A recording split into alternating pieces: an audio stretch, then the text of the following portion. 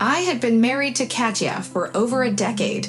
We had been classmates and lived in the same neighborhood. We shared countless moments together, and what started as a youthful crush had blossomed into a deep and meaningful connection. I always believed that our relationship was a shining example of what a healthy partnership should be, an inspiration for others, even though we had yet to have children. However, everything changed on that fateful day when I arrived home earlier than usual from work. As I approached the bedroom, I could hear muffled voices coming from inside. Curiosity got the better of me, and I quietly approached the door, realizing that Katya was engaged in a video call with someone. To my dismay, it became apparent that she was speaking to her lover, and the voice on the other end of the call belonged to a man.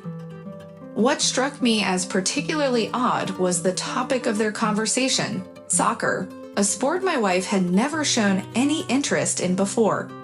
She was the kind of woman who could spend hours engrossed in soap operas, but sports had never captured her attention. Instead of confronting her immediately, I chose to eavesdrop and observe quietly. In that tense moment, I made my presence known by deliberately slamming the front door, creating a loud noise that alerted my wife to my arrival. The voices abruptly ceased, and within seconds, Katya emerged from the bedroom wearing nothing but a charming smile and her underwear. It was an unsettling confirmation of my suspicions regarding her infidelity. In the following days, I found myself consumed by a desire to uncover more about my wife's lover. I diligently searched for clues and stumbled upon some photos on Katya's sister's social media account from a few months ago. I decided to visit her sister in the village under the pretense of reconnecting, dropping hints about recent outings and subtly fishing for information. The photos I managed to obtain from those gatherings showed an unexpected passion for soccer, which my wife had never exhibited before. This discovery only fueled my determination to expose Katya's infidelity. My plan to humiliate her began to take shape, and it became evident that my suspicions were correct. In the midst of a heated argument, I demanded that she leave our home and never return to her collective farmer. Despite her attempts to apologize, it was too late. Katya's tears flowed uncontrollably, and she nervously clutched at her hair, letting out anguished cries. At that moment, I admit, a sense of fear welled up inside me, but I swiftly composed myself. As my wife slid down the wall to the floor, her cries persisting, I felt compelled to offer some semblance of comfort. I approached her, thinking to myself, "Come on, help her up, grab her under the elbows." I lifted her in my arms, and our eyes met, her tear-filled gaze seeking forgiveness. "I'm sorry," she whispered, a pause hanging heavily in the air. "I'm sorry," she repeated, her voice growing louder. "I don't know how it happened. I left immediately afterward." "Oh, spare me the apologies," I interjected, my frustration getting the better of me. "Your confessions hold no value. The decision about you had already been made long ago. What use is forgiveness now? Consider yourself lucky that I didn't unleash my wrath upon you the moment I discovered your betrayal. Your persistence and audacity are truly astounding." Katya desperately grabbed hold of my hands and pulled me closer. "You have to believe me," she pleaded, her voice trembling. I tried to cut off contact with him. I didn't want any of this. I didn't want his company. She paused, her gaze piercing mine. "But tell me, how did the last Spartak CSK derby end?" Her words caught me off guard, momentarily derailing my anger and confusion.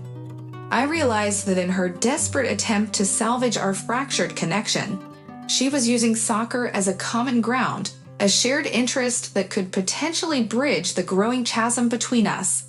The wife recoiled, her head inadvertently striking the wall with a resounding thud. Her tear-filled eyes widened, a mix of guilt and desperation evident within them. It was yet another lie exposed. "Enough!" I exclaimed, my voice filled with anger and pain. "Pack your belongings and leave this place. We'll settle things in court. dividing our acquired assets, taking into account your betrayal. That night, Katia departed, leaving our once shared nest empty and desolate. She gathered her things, and a week later, a tearful text message arrived, requesting clothing and an address.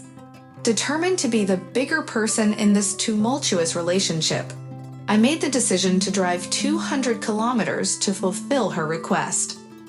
Upon arrival, I discovered that my wife had sought refuge with her sister in the countryside, which didn't surprise me. However, what caught me off guard was the realization that the address she had provided was not her sister's, but that of her new boyfriend. I parked the car, honked the horn, and waited. 1 minute passed, then another, and in that moment of reflection, I contemplated the situation. There is a distinct difference between showing kindness towards someone and subjecting oneself to humiliation beneath their window. With a heavy sigh, I opened the trunk and inadvertently dropped the suitcase into a puddle. I retrieved its contents and scattered them onto the grass. Closing the trunk, I returned to the car and drove away. Surprisingly, they vacated the premises swiftly, a fact that left me both surprised and unsurprised simultaneously. After all, over the years, we had only accumulated a car and a mulberry tree. The apartment, a valuable inheritance from my grandmother, had always remained in my possession, with my mother's name registered on it at the time. 6 months later, Katia attempted to re-enter my life, seeking reconciliation. However, as the saying goes, a sacred place is never truly empty. She found herself blacklisted, along with her family, as the consequences of her infidelity had taken their toll. Her actions had come at a cost to her own family. Yet, in a strange twist of fate, it served as a catalyst for me to embark on a new chapter in my life, and most importantly, to finally embrace the role of a father. Dear friends, thank you for listening to our stories. Subscribe to the channel, put likes, and leave your opinion in the comments. Don't forget to press the bell not to miss new stories, which we try to publish every day. We also remind you that everyone can share unique stories from their life or the lives of friends, which can be sent to us by email, which is specified in the description of the video. Good luck to everyone and be happy!